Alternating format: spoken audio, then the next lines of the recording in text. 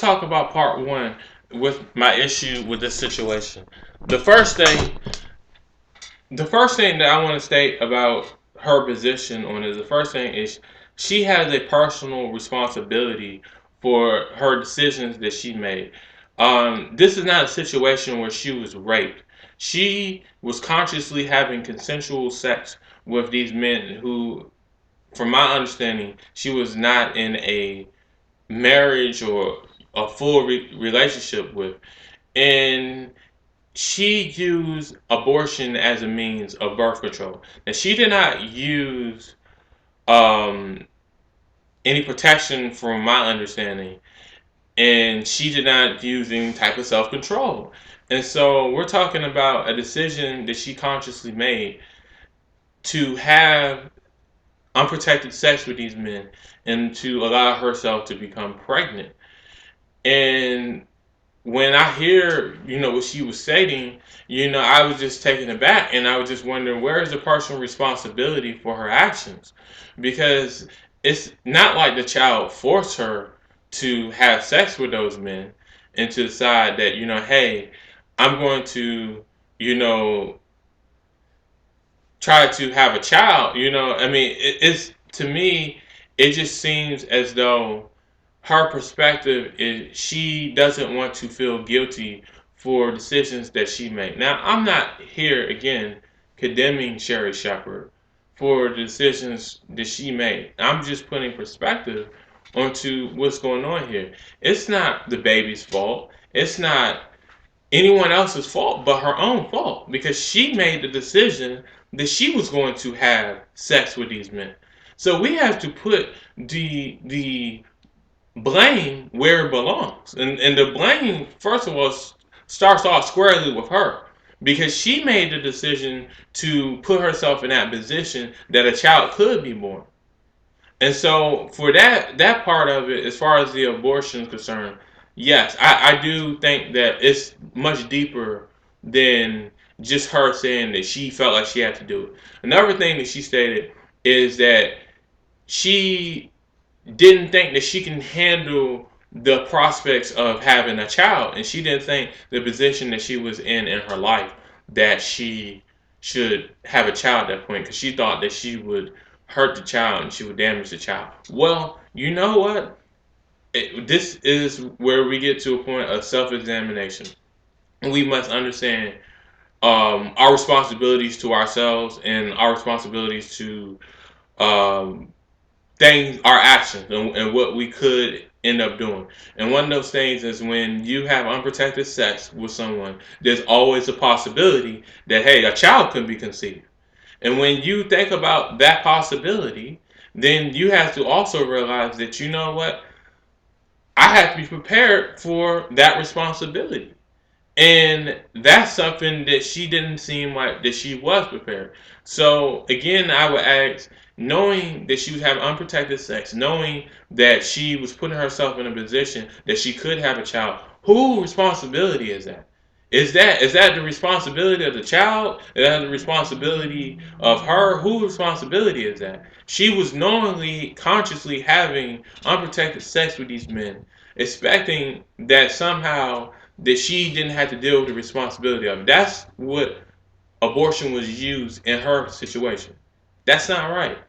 That's not right. And if you really break it down, that's not even the essence of what abortion was supposed to be for. So she was literally abusing the purpose of abortion because she didn't understand really what she was doing. She was acting out of pure ignorance when she was deciding that she could erase the decisions that she made by having unprotected sex with these men.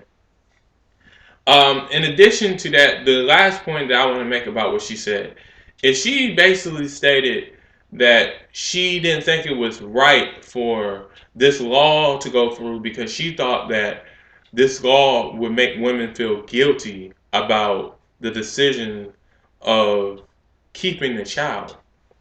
And I just sit there when I think about that, pause, and I was like, something's definitely wrong with that mindset, because first of all, If you've done nothing wrong, no one can give you a feeling of guilt. It's like me going out and someone saying, "Hey, you robbed a bank."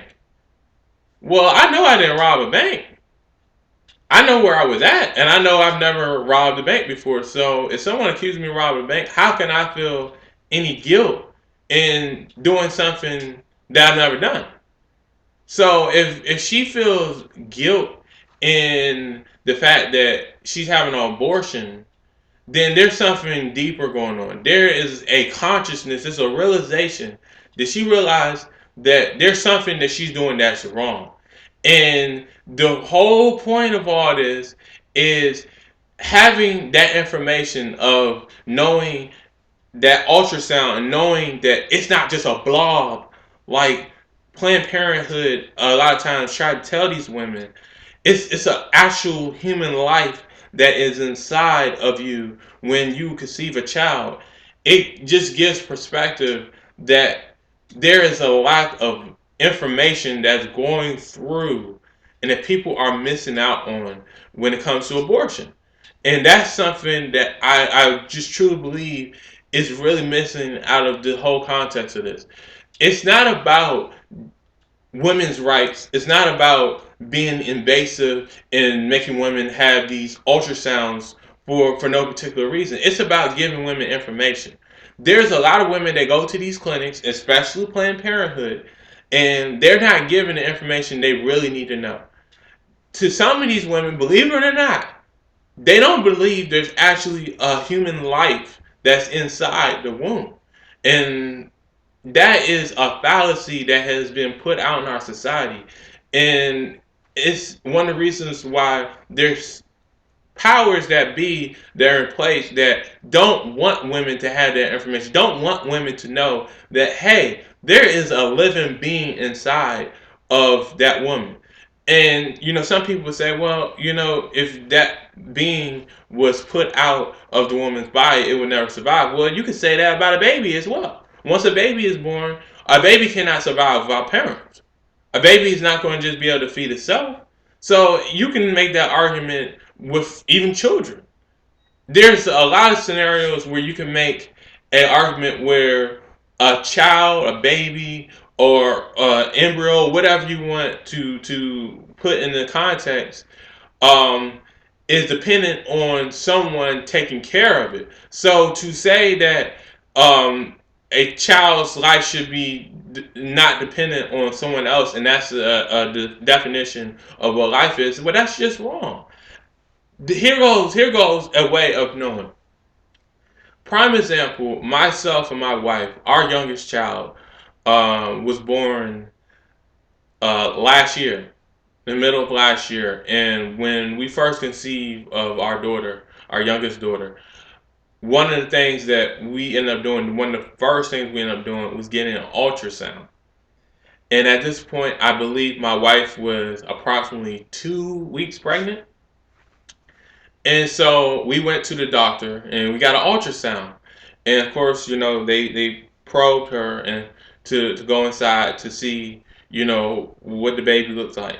And it was amazing because immediately, as soon as I saw that, I could see the formation of the baby. And as the tool that the nurse was using was going inside my wife's vaginal area, I noticed how the baby was moving. Now we're talking about 2 weeks of conception, and a baby or an embryo or whatever that's inside at that time is moving. And these are the same things that Planned Parenthood wants you to think that that's not a living being. But I'm here to tell you that anybody that really wants to know the truth, wants to really get down to what's actually going on in your body, then it would best serve you to go to an independent place to get an ultrasound and really find out what's really going on with your body. If you go to a place such as Planned Parenthood that specializes in giving abortion, the biggest abortion provider in the United States, then of course they're going to sway you into getting an abortion.